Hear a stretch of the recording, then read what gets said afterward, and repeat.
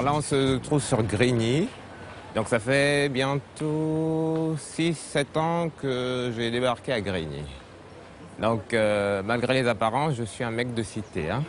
J'habite ici, mais je suis plus souvent sur Paris, d'accord?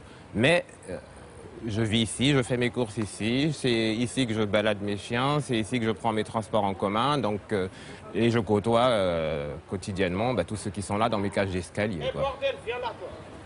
Passe-moi ta vélo, s'il te plaît. Dès qu'on parle de cité, c'est danger, c'est violence, c'est forcément des gens qui font n'importe quoi. Moi, je suis venu, j'ai vécu également dans le 78 à Mantes-la-Jolie. J'ai vécu le quartier de Val-Fouret. Donc c'est très connu, c'est très chaud. Mais comme je dis, quand on gratte bien, il y a de tout. Il y a des docteurs qui habitent les cités, il y a des médecins, il y a des avocats, il y a des gens bien. Il n'y a pas que de la racaille. Je suis gay. Et en plus, dans mon cas bien précis, je suis androgyne.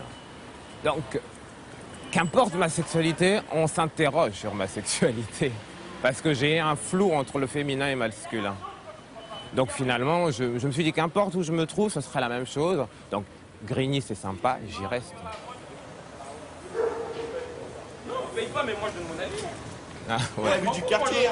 Moi, ce quartier, c'est à moi. Dès que tu viens, t'habites dans une banlieue et que t'habites dans des quartiers sensibles, genre Grigny, moi, Corbeil, tout ça, ils vont dire oh vas-y, lui, c'est un banlieusard, obligé, il va foutre la merde, obligé, il va faire des trucs comme ça. Ils essaient de mettre tout le monde dans le même sac. Le fait de faire ça, ça fait que nous, on reste toujours dans le quartier. Quand on reste dans le quartier, on commence à réfléchir bizarrement, on pense des choses pas bien, et puis voilà. Il y a des violences entre nous. Il y a des violences, genre vous êtes là, l'autre vous ne voyez pas bien, tu vois, il n'est pas pas dans notre groupe, mais genre il y a un jeune, il peut habiter Vitry ou je sais pas où, il vient aménager à Grigny, on va l'accepter, on va dire c'est un jeune comme nous, mais s'il est différent de nous, on l'accepte pas. Je vais dire quoi différent de nous, c'est un PD. Voilà, homosexuel, des trucs comme ça, il est un peu bizarre par rapport à nous. Et quand tu es comme ça, non, on t'accepte pas. Scarfeezy, donne ton avis là. Donne ton avis là sur les DEP là. Ça te fait réagir un peu cette discussion Il y a un problème général. De toute façon, déjà, ça prouve leur ouverture d'esprit. D'accord? Les gens, ils pensent que la sexualité définit une personne. Alors qu'on est beaucoup... Alors, enregistre ça, c'est intéressant. Nous, par rapport à notre religion, être PD, franchement, pour moi, attends, laisse-moi m'exprimer. blasphème à l'état pur, hein. Tu peux pas être PD. Tu mets le nuage en dessous ou tu mets la terre en haut. Mais non, ça c'est un discours qui est un peu insensé, cher ami. Hein. Écoute, chacal, écoute, filme pas, la tête de ma mère, faut pas me filmer, moi. Il faut arrêter les trucs, les gars de banlieue, ils aiment pas les PD, ils aiment pas ci, ils aiment pas ça. Les gars de banlieue, c'est des gens comme tout le monde. Moi, dans ma banlieue, on n'aime pas les PD. Lui, il aime pas, lui, il aime pas les PD. Voilà, eux, 350, lui. Square Cartel, OG, on n'aime pas les PD. Ici, nous, Grigny 359, 1, 350, Square Cartel, OG, on représente que des boucs. On n'aime pas des PD. Voilà, c'est ça que j'ai. Ouais, mais ils s'en battent nous, On on les les aime aime pas. pas. Point barre. Je peux te poser une question? Ouais, vas-y. D'accord. Tu es hétéro. On est d'accord? J'aime les femmes, ouais. Ok. Je suis polygame. Moi, j'aime Non, les non, femmes, non, ouais. non, mais attends, tu peux me laisser finir, d'accord. Tu aimes, d'accord. Tu aimes les femmes, d'accord. Ok. Moi, quand je te croise dans ma cage d'escalier, d'accord, est-ce que je te dis, et je te demande, est-ce que tu es performant au lit avec ta femme? Est-ce que tu arrives à lui faire jouir correctement? Est-ce que tu es éjaculateur précoce? Donc tu es autre chose que ta sexualité. C'est clair ça? Et là, les jeunes, là, la réaction du jeune qui est quand même très dans un système de rejet, pourquoi d'après toi il est dans ce système-là? Le jeune homme qui parle qui a la détresse, exactement. Je l'ai déjà entendu plus ou moins dire à ses copains quand je passe, attention, il y a McDo qui passe. Donc effectivement, c'est pas nouveau. C'est ce que je vis tous les jours, mais je passe à travers. Déjà, il ne faut pas oublier qu'il avait ses copains autour, donc ça en a rajouté. Hein. Il doit faire le macho, il doit être un peu comme mon chien quand il a un autre chien autour. Il faut jouer le dominant. Hein. Donc il a dû en rajouter un peu. Mais il doit le penser sincèrement, c'est ça le problème. Il doit le penser sincèrement. Mais effectivement, il ne se rend pas compte à quel point il fait du mal. Non seulement, moi, moi je suis tel que je suis et je l'assume. Comme je dis, je passe à travers les balles. Mais autour de lui, il y en a d'autres qui le vivent mal et qui sont obligés de jouer un rôle. Tous les jours, de jouer un rôle pour appartenir à un groupe. Je ne sais pas si c'est un comportement idéal ou c'est ça la société. C'est la grande question. Moi, je suis un ovni. Othello. Alors Othello, c'est un Basenji, il n'y en a pas beaucoup en France. C'est les chiens des pharaons, mais actuellement ils sont beaucoup plus utilisés par les pygmées. C'est-à-dire qu'ils les portent autour du cou et une fois qu'ils ont chassé, l'animal va chercher le gibier. Je pense que la violence, elle vient un peu de tout. Il y a les problèmes d'emploi, il y a le problème de regard des autres. Effectivement, il y a plus de chômage dans la cité. Il y a le fait que comme on s'ennuie parce qu'on a moins d'argent, donc on fait plus de bêtises. On a beaucoup plus de temps pour préparer des conneries. Donc forcément, effectivement, la violence, elle est là, quoi. La violence, elle naît de tout ça, de toute cette oisivité. Pour eux, rien que la vie hétéro, c'est déjà pas facile. Donc va ajouter ces fameux gays qui s'entendent en plus très bien avec les filles et qui viennent tout perturber dans ce monde où la sexualité est déjà pas évidente à exprimer. Les gens sont frustrés et l'expriment par la violence.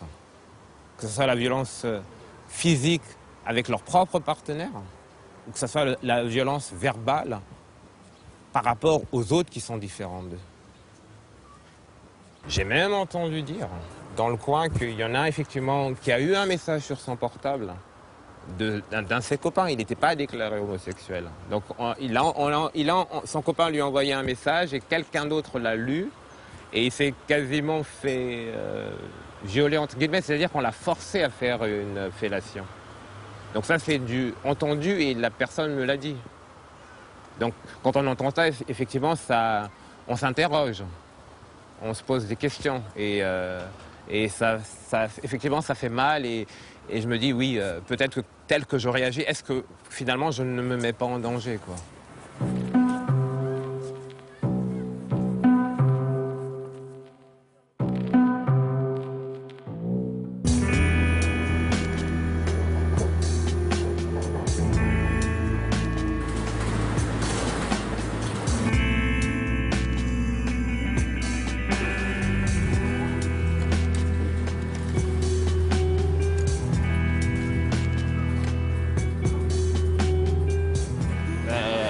Là, on se trouve dans un cybercafé pas loin de Châtelet-Les Halles.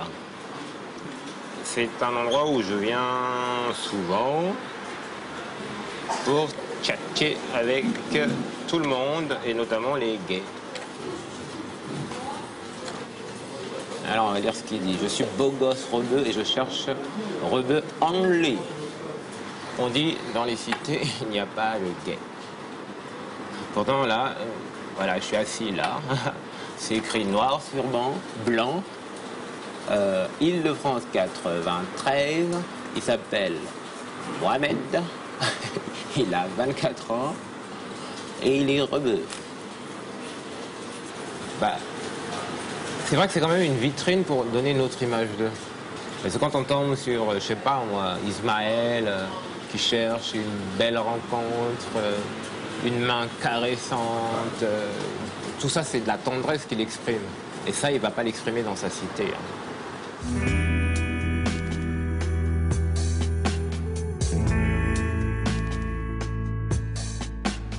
Moi, quand je viens dans le Marais, je viens déjà pour passer un bon moment. Je veux venir me poser et être posé par rapport au regard des gens. Je viens éventuellement dans le hasard. S'il y a une belle rencontre, je ne vais pas la refuser. Mais je préférais faire cette belle rencontre au RER de Grigny. Bonjour. Bonjour. Ça va bien? Ça va, et vous-même? Je vais juste essayer le chapeau que je vous ai réservé la dernière fois. C'est du 59 comme d'habitude. C'est ça. Voilà. monsieur. Donc on va essayer. Juste regarder. Vous admirez. Alors, une chose est sûre, que je me trouve dans le Marais ou dans le 9-1, je suis moi-même. Je suis tel que vous me voyez aujourd'hui. Je ne suis pas comédien, moi. Je ne joue pas la comédie. Je suis acteur, oui, mais acteur de ma vie. Il y en a qui viennent ici, qui, eux, c'est complètement une transformation. On passe du noir au blanc. C'est-à-dire que tout à l'heure, je suis sorti du métro, il y en a qui font la même chose. Ils viennent en métro avec leur sac.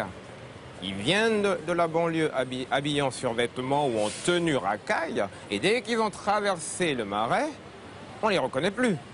C'est plus les mêmes. Ils s'habillent différemment, ils démarchent différemment, ils regardent les gens différemment. Ça fait qu'effectivement, ils ont des comportements extrêmes. C'est-à-dire qu'on veut vivre au maximum sur la courte durée, puisqu'on ne reste pas longtemps dans le Marais. Il faut retourner dans la banlieue.